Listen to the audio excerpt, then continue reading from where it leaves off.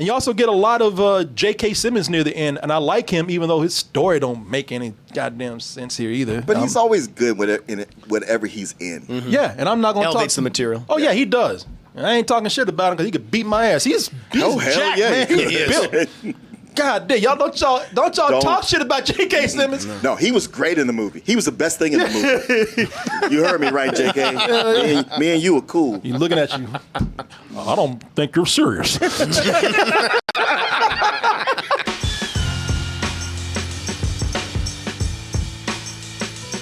Hey everybody, Double Toasted Live is coming to New York on September 10th. Hey, that's my big birthday weekend, so help me celebrate with you. You can get your tickets right now over at doubletoasted.com or go to x1entertainment.com/double-toasted-Brooklyn. Hey, there's a limited number of all access tickets and VIP tickets. They're going pretty fast, so go over there and get your tickets now. Hey everyone, support our Patreon, which helps us to continue bringing you our live streams, videos, and podcasts while bringing you new content such as exclusive live streams and animated shorts. People, while you sitting up here drinking your fine liquor, enjoying your games, sitting back, enjoying 4th of July, eating your hot dogs and brisket, 30 years from now, people just fighting, dying for your freedoms. It's so bad that they had to travel back in time to get more people to recruit you, to conscript you. All you old motherfuckers. Yeah. What you doing over there? No, you're not. Come on, you drafted. Get suit up, boy. Some people came back in time with the worst military commercial in the middle of a game, middle of a soccer game. Won't you fight for the future?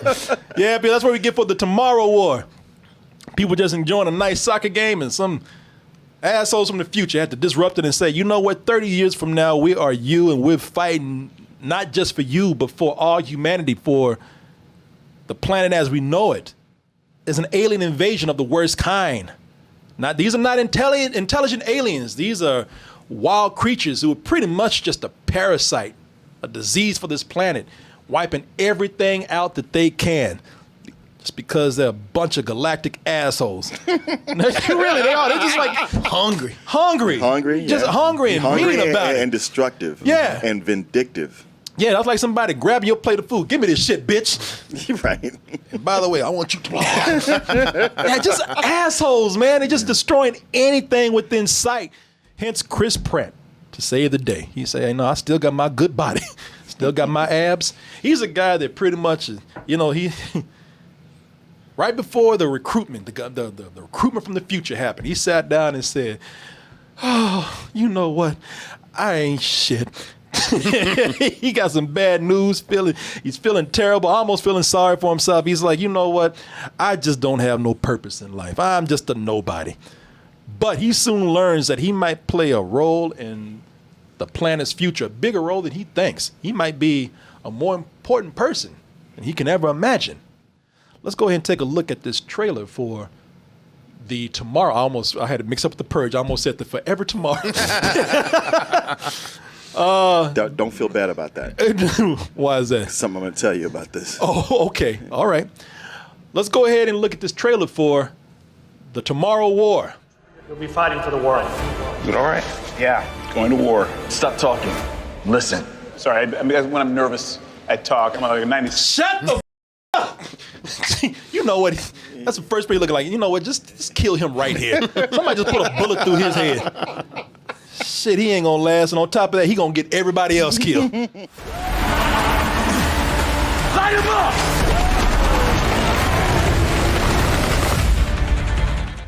I wish that I could show the first half of this movie, the second half before it happens, so that they could change it. Because I did not like that second half at all. First half is so good to me. The time travel is interesting. It has some thought behind the science.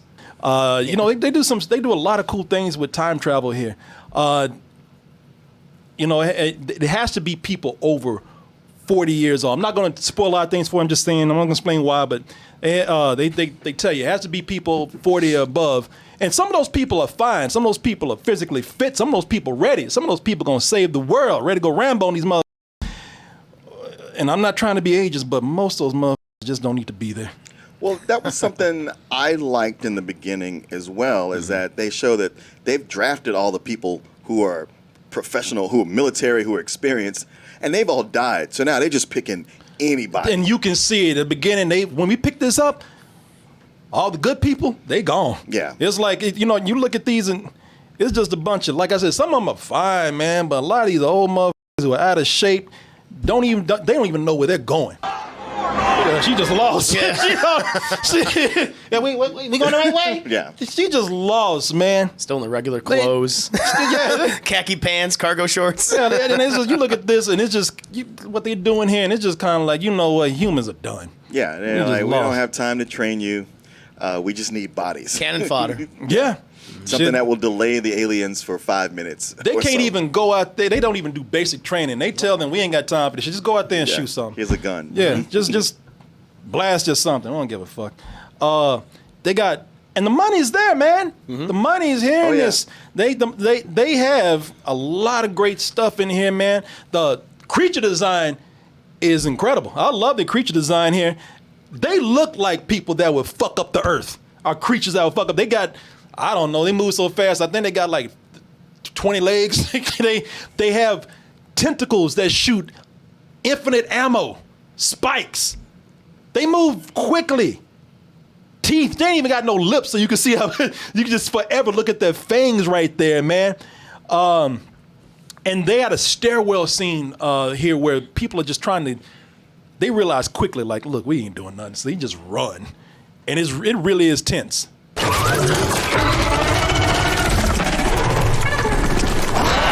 like the way they yell at each other. Get these motherfuckers, man!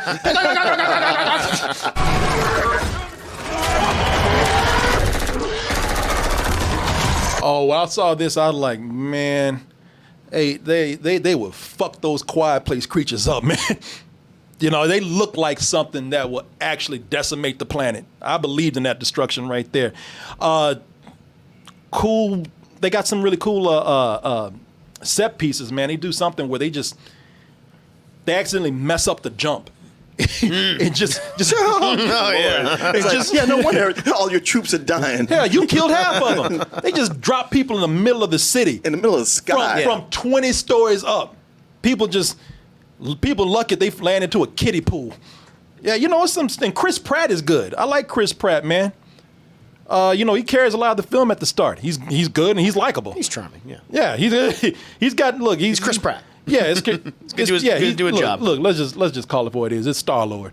I mean, he's toning it down a lot over what we're used to him doing, but Yeah. he's still Chris Pratt. He's still Chris Pratt, which Chris Pratt is likable. I like him. Yeah. He comes in the movie with, I tell you, he comes in with some daddy issues that we see in every movie. And I'm like, I'm tired of these people having daddy. You left me. Yeah, motherfucker, you a grown man now, too. Exactly. Everybody's dad left. When Shit, they were hell young. Just yeah. get over it. Everybody got divorced or left. Shit, motherfucker, how old are you? You almost 50 years old? Shut your ass up. There's a part, he goes up to J.K. Simmons in the movie talking about, Daddy, you left me. And I can't blame J.K. He's like, man, grow the f*** up. Shut up. Yeah, plus he's something like, look, I had some issues. I had PTSD. What do you want me to do? I'm not trying to be callous here, but all these movies have the same thing. Yeah. That, to the point where that narrative right there, that is old. That is a shortcut to get emotional with a character. But I do like Chris Pratt. I don't have anything against him. I think that him and J.K. Simmons are actually pretty good together, man. They are good together. Yeah. I had watched some of this on Wednesday night when we came in to do the show. And I almost talked about just a little bit I'd watched. And the way the whole conscription worked, the way they drafted people, I was like, wow, that's kind of intense. And then he has that scene with J.K. Simmons. And I was like, you know what? I'm like you. I don't like the whole daddy issues thing. But I was like, but this is a really good scene between the two of them. And J.K. Simmons, he's all jacked. I'm like, oh, I can't wait to see more of this. And I was going to talk about like, man, you got to watch this. This is cool. It's just that when I got home later and started watching more of it, I was like, ooh, I'm glad I kept my mouth shut. Man, let me tell y'all something. I'm going to the good stuff right here. Because I'm about to talk some shit. I usually wait, but I'm about to talk some shit on this movie right here, man. Chris Pratt actually, what I like about his performance is that there's a scene where he gets some bad news, and anybody who's ever received a rejection letter, a rejection call, anywhere from like a girl to a job, I felt what I saw him doing right there. I was like, all right, he's doing really good at that, man. So he sold that whole thing of the guy that wants to be more. You rooted for him as a guy who you thought really should, who you wanted him to achieve. Even the first half, as much as I like it, like I said, it has those issues right there. I already told you, Sam Richardson, that character, he jokes too much. It's, they want to have somebody who relieves the tension, but what he was doing was too much and too often. And it was almost like he was taking it not to comedy relief, but just straight up comedy. Yeah. And you're like, man, we've been in like this, and you're telling jokes right now. This is inappropriate. You're ruining the tension. Yes. Yeah. Oh, Chris had something. Yeah, man. I thought he was funny. I really liked him. I really loved his rapport with Chris Pratt. It's funny because you guys are saying like, it was so tense. Yeah, these scenes are meant to be tense with the aliens and everything like that. It's all great. But I don't know. The premise is just so obviously goofy, and the time travel in every sci-fi film is stupid. The more you try to explain, like I love in this film that, when it comes to the time travel, they don't go, the full 10 yards trying to explain. They don't do a Christopher Nolan where it's like, well, you see if we do this piece of paper and it time travels actually, if we had the closest thing, if we move it like this, it's like, I don't give a fuck. They just said there's a big fucking electrical pylon and that's what brings you back to the future. I'm like, I love that. I loved how goofy this movie was and just didn't really care about the science. I was having fun with it. And the characters I thought were representative of that. I'm going to let y'all get into, because we're going to get into some of these issues. I can see we're going to talk about them. I just want to get through some of these good things because I want you to know that I'm not trying to hate on this just to hate it. But I got to let you know, I'm with Martin. I hate the babbling scared guy who's constantly cracking jokes just because they want to have comedy relief. It's become a trope. Become a trope. And I didn't even hate Sam Richardson. I'm kind of on your side. Yeah. But I don't like this trope being overused the way it is. I don't like the writing for him either. I don't mind him babbling and making jokes. I just felt like it was placed at the wrong time. Also, Chris Pratt in this. Like I say, I like Chris Pratt, but some scenes where it's like they want to put some eye candy in there for people because Chris Pratt still got abs and everything. Because they got a scene they're talking about, sir, could you roll up your sleeve? And he just starts taking off his shirt. Okay. It's like, that really doesn't happen. But it's like there's a scene where he needs to stick his arm in a machine. He don't need to take that shirt off that. I know. And they seem to make a point of going like, hey, look, he's got his body back. Come on. Yep. Hey, he's still fine. But,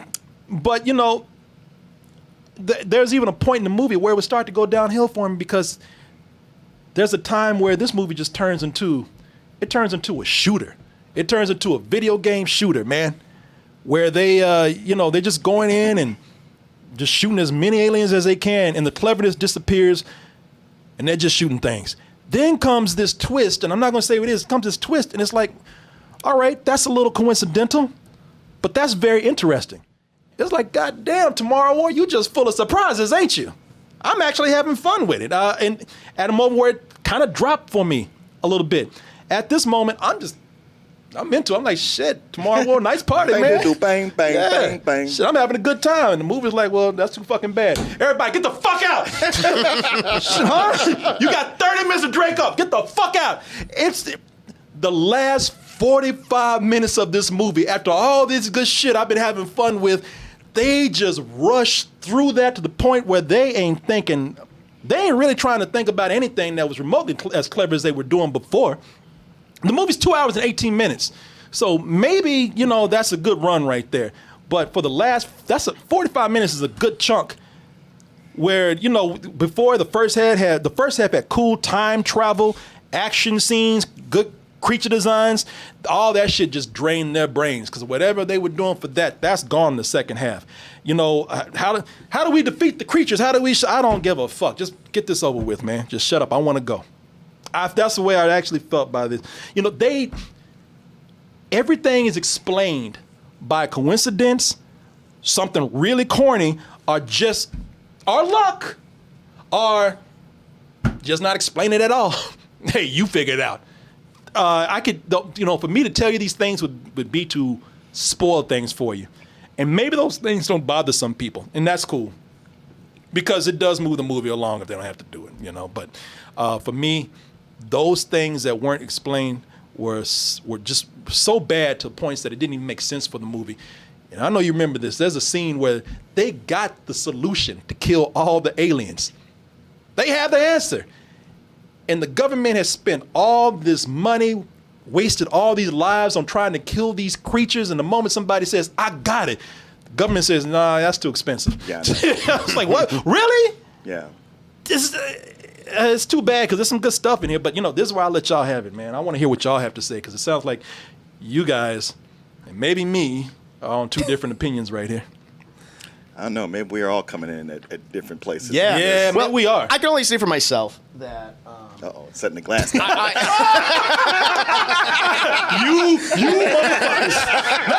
Let me tell you. Let me say a few things here, and then you guys can say what your piece. Listen, I think with the movie, when it was being goofy, when it was being funny, when it was just like, yeah, who gives a shit about the science? Because anytime these types of films over-explain the science, a la Christopher Nolan and Interstellar, they become so unintentionally funny and ridiculous that I can't even stick with it. When it gets serious, when we have the whole plot line with Chris Pratt, and I always mispronounce her name, but Yvonne Strahovski, I'm like, that's when it slows down. That's like, I don't need any of this rapport before. I don't think they had even the best like, chemistry. real, Chris? Yeah, I didn't like it.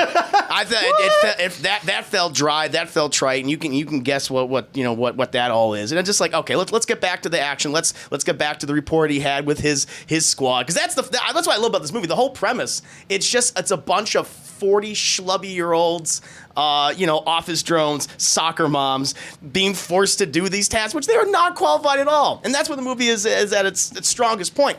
And then it stops. They have to have that emotional moment for the next 35 to 40 minutes. And then after that's done, it's like, all right, I agree. They fast track all that shit. But I like that they went full goofy with it, where they do a little callback. Where it's like, and it's the smallest little thing that they set up. But it's like, all right, you know what? I'm fine. In the first third, it's like, moves a little too quick. But hey, it was a fun action scene. And I really liked it. Okay, so I also saw it in thirds. Mm-hmm. And like I said, by the time it got to the end of that first third, when I came in here, I almost was going to tell you, like, man, you got to watch this shit. It's getting interesting. But I still had problems with it. The way, like, the initial setup was fine. But that scene where the soldiers interrupt the big World Cup game to come in and say, we need you all here, I was like, this just looks like Beyonce's Super Bowl show. Why would anybody take this shit seriously? They fast track all that so much. Yeah. But I'm like, wait, okay, suddenly this is news that's changing the world, and y'all are like just wrapping it up in 10 minutes. It takes a lot to make that believable. The whole way they're handling the draft, that's intense. Mm-hmm. I'm digging that. Like I said, him and his dad. And then when they get to the second half where I agree with you. I like that his camaraderie with the other guys who are not military people, even though he is, and them on that world trying to fight these aliens and all. That was cool. The third act was just goofy as fuck. Mm-hmm. It didn't make any sense. Like the whole idea where you're like, hey, we know what to do. Nah, we don't want to do that. It's like, wait a minute. Y'all doing you rush to spend all the resources, and now when it takes a little to really get things done, this pushback, Now you're going to say no? Yeah, now you're going to say no. The thing is, the thing that bothered me the most, besides the quick changing in tones, because Sam Richardson I found funny more often than not, but at the same time, it was almost like if he did something I thought was funny and I laughed, they went, oh, you like that? Well, he's going to do it some more then. Hey, Sam, keep going. And I was like, no, now you ruined it. It makes sense that you were nervous and told a joke out of being nervous, but there's actually no reason you should even still be alive, to be honest with you. But honestly, what bothered me the most throughout this whole production was how much it was just a ripoff of other things. Yeah. Like you made that comparison to the creatures in A Quiet Place. Yeah. Like the biggest movie this rips off, and it bothered me that I didn't catch on to it till the third act. This movie is a big fucking ripoff of Independence Day. And no coincidence that it's coming out on Independence Day weekend. But also, when you almost called this the Forever something, total coincidence, a new book I checked out from the library, just an audiobook to listen to, which I didn't start till I was coming over. Yes. Yeah. Yes, the Forever War. And it is about the Earth being an alien invasion in the future where they have to get people from the past and bring them to the future to fight it. Maybe this is based on that? No, it's not. I was, because as I was listening to it, I was like, wait, is this based on that? Because I even looked that up, and I was like, no, they just thought, hey, what a cool concept. Let's use that without paying for it. Wow. I agree with you on a lot of things. I don't think that I see just them ripping off Independence Day, because I see a lot of stuff in here, and I don't mind that. I mean, the creatures from A Quiet Place could actually be traced back to some other creatures, and when everything kind of feeds on each other. I don't think it's blatantly ripping off one thing, except for what you said. If that's true, that's some bullshit if they did say. Wow, That's pretty big. So I don't mind that. I don't mind. There's so many things. I mean, I see everything. I see aliens in here. That scene on the stairwell, that was aliens. I'm not gonna hold it against the movie for doing that. But it's just, like I said, it's lazy to me. It's just lazy when you start to not try to connect things, because I think to your point, I think that if the movie had kind of kept that tone throughout, if it had been that goofy throughout, I would have been like, all right. I would have too. Yeah, I would have been like, I can accept this. Yeah. But it was such a good setup in the beginning, and then dropped it to just, you saw goofiness, and that's cool. What I saw was them just really not thinking it through, and they didn't want to. Let me just say they decide to go somewhere and look for something that nobody knows exists, and when they get there, they find it just like that. No research, no questions. They get machinery and equipment and just can fly wherever with all this stuff that we don't know how they got that. It's located in one of, if not the biggest land masses in the world. And they just kick up a little bit. Oh shit! Got it right there.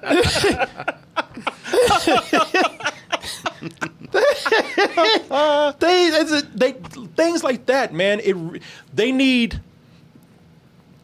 There's something that has to do with volcanoes, and they're just kind of like, they ask the question, where can we find a volcano specialist? It's like, are you fucking kidding me? I know. Go to any fucking university? No, we got to go to this one goofball over here. Oh, fuck you, man. No, I know this high school kid.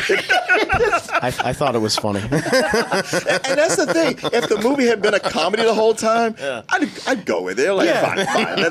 Sure. I would too, man. I would too. But when you ask that question, where can we find a volcano specialist? It tries to get dramatic and emotional at times. And I'm like, it's when it stumbles. Don't you dare. Yeah. No, I agree. Yeah. Pick a lane, man. Yeah, no, because I like some of the dramatic stuff that they were doing until they dropped the ball on it. Yeah. Like that's what I said. They introduced something like that's interesting, and then that shit just goes off the rails, man. And they can't get none of this shit right. And I don't even hate the movie. They have a at the end, cool fight scene. I'm not gonna tell you what it is, but at the end they have a really amazing fight scene. And you also get a lot of J.K. Simmons near the end, and I like him, even though his story don't make any goddamn sense here either. But he's always good in whatever he's in. Mm-hmm. Yeah, and I'm not going to talk. Elevates the material. Oh yeah, he does. And I ain't talking shit about him because he could beat my ass. He's jacked, man. He's built. God damn, don't y'all talk shit about J.K. Simmons. No, he was great in the movie. He was the best thing in the movie. You heard me right, J.K. Me and you were cool. He's looking at you. I don't think you're serious. Man, I couldn't be You more fucking serious. with me? I only watched it for you. Shit, fuck throwing a chair. He throw them hands on you. You better quit fucking with J.K. Simmons.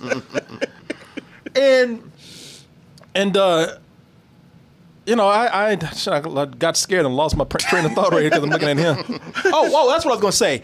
And I would give credit to the director, Chris McKay. It's his directorial debut. For live action. Yeah. He's also sexy too. Oh, you look at pose. Take the picture. You cool, but you got a Captain America tattoo. That's cool. He directed a lot of things that were very different from what he did here. Like he directed the Batman Lego movie, Lego Batman. Yeah. He also did some stuff on Adult Swim, like A lot of Robot Chicken. Moral Oral and Robot Chicken right here. And some of this had been like, I almost wish like... He should have used toys. Yeah, exactly. He should have.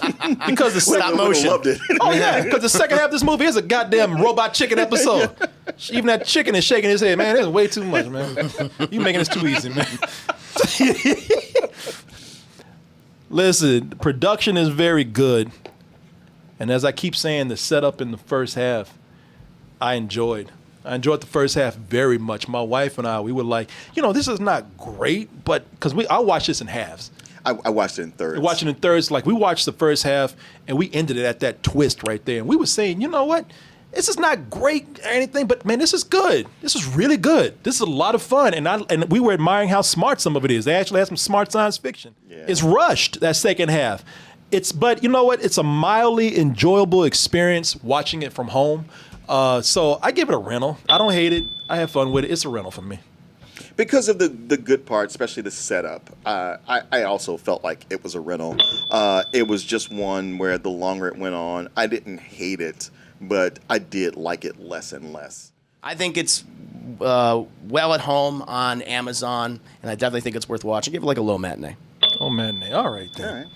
We're not too far from each other. Oh, really? On this. Yeah. Except you're wrong. No, I'm kidding. I'm joking. I can. No, I definitely see how. I definitely see how you can enjoy it. I definitely see how anybody can enjoy it. I think also, like I said, man, watching it on Amazon, which is where it is. I think there's a lot to be enjoyed here. I can see why you enjoyed it. Mm-hmm. Yeah. No, it's cool. No, I definitely see. I mean, they definitely spent money on it. Yeah. Yeah. It's expensive. Money's there. No, I can definitely see why somebody would enjoy this. So, just not for me, but I see why other people like it. Anyway, let's go ahead and get into. It was supposed to be in theaters. Did Amazon just buy it? I guess so. I mean, it's got that kind of money that makes it look like it was supposed to be in theaters. Okay. I can see that. Well, if it wasn't theaters, it would be some more bullshit there. So it was a good thing that didn't happen. I can see how this could be in theaters, though. Yeah. Well, you imagine you watching TV and they say, like, hey, we fighting a war in the future. We need all y'all to get joined. You'd be like, good luck with that. Yeah.